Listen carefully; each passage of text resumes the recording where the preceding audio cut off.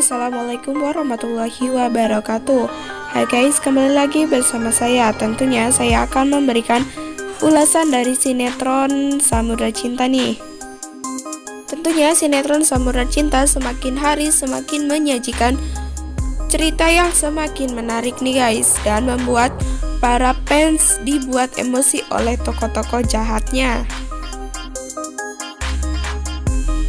Nah, sebelum lanjut, silahkan klik tombol subscribe dan nyalakan lonceng notifikasinya ya guys. Terima kasih. Nah, di sini terlihat Ariel dan Intan. Ariel dan Intan yang belum pulang dari rumah sakit. Mereka pun bingung muter-muter mencari si Alan. Kemudian mereka mendapat surat, dan surat itu menunjukkan jika mereka harus jalan lurus, belok kanan, dan belok ke kiri, dan kamu akan menemukan Alan. Ariel dan Intan pun akhirnya mengikuti petunjuk tersebut, dan kemudian mereka sampai di kamar jenazah, dan mereka pun mencari Alan, dan ternyata memang ada Alan di dalam kamar jenazah tersebut. Si Alan lagi ngambil mobilannya. Kemudian Ariel dan Intan pun menghampiri si Alan, tapi tak beberapa lama kemudian dari situ ternyata pintu ruang jenazah tersebut dikunci, dan ternyata ini adalah ulah dari Novan dan Nora nih guys. Kemudian Novan dan Nora pun pergi meninggalkan kamar jenazah tersebut. Nah, sepertinya Nora dan Novan ini memang masih memiliki dendam terhadap Ariel. Pasalnya dulu Ariel sempat mengkhianati mereka berdua nih guys. Nah, kemudian Ariel pun gedor-gedor pintunya, teriak-teriak agar bisa keluar dari kamar jenazah tersebut. Ya, namanya juga kamar jenazah ya guys, pasti sepi, gak ada yang lewatin. Nah, kemudian si Alan malah seneng, soalnya bisa kumpul bertiga sama ayah dan bundanya nih guys. Nah, kemudian si Alan pun meluk si Ariel sama Intan. Di sini Intan pun rada ngomel dikit karena gara-gara Alan mereka berdua terkunci di ruang jenazah tersebut. Nah, kemudian sudah beberapa lama Alan pun merasa sangat bosan banget. Kemudian Alan pun ngajak ayah dan bundanya main.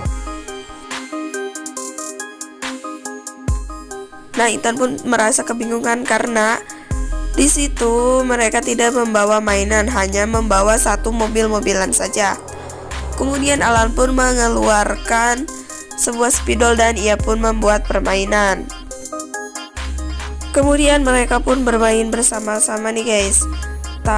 Nah, di sela-sela permainannya Intan tuh kepleset dan Ariel pun nangkap Intan.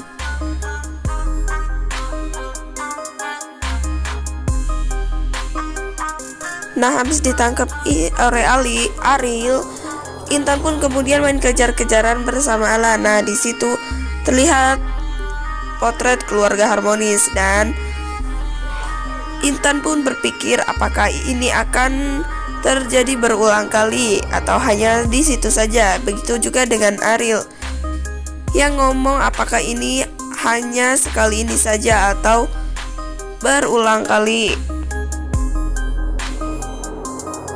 Sedangkan di sisi lain terlihat Vina yang akan menghindar dari semua orang, namun tiba-tiba ia mendapat telepon dari Mami Barbie.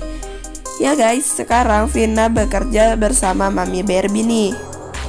Di sini Mami Barbie menawarkan pekerjaan terhadap Vina. Nah, di sini bayarannya gede. Setelah dipikir-pikir, Vina pun merasa bayarannya gede, dan Vina pun menyetujui pekerjaan tersebut. Kemudian Mami Barbie pun men-share lokasi di mana kliennya berada. Kemudian si Vina pun akhirnya berangkat ke hotel tersebut. Nah, kira-kira ada apa ya guys di dalam hotel tersebut? Kemudian Vina pun datang dan masuk ke dalam hotel tersebut, dan dapat Vina sadari ternyata hotel tersebut berdampingan dengan restoran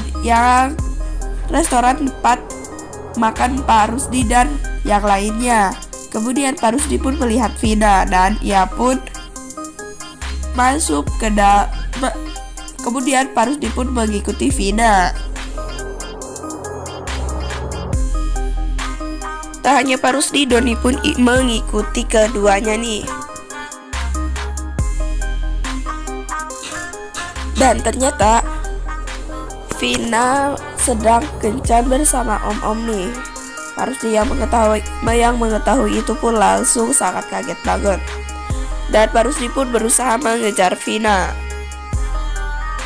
Nah, ketika di dalam kamar tiba-tiba pintu Vina pun ada yang mengetuk. Kemudian Vina pun membuka pintunya tersebut. Ternyata itu adalah Pak Rusdi. Vina pun terlihat sangat kaget banget. Kenapa Pak Rusdi bisa mengetahui dirinya ada di dalam kamar tersebut?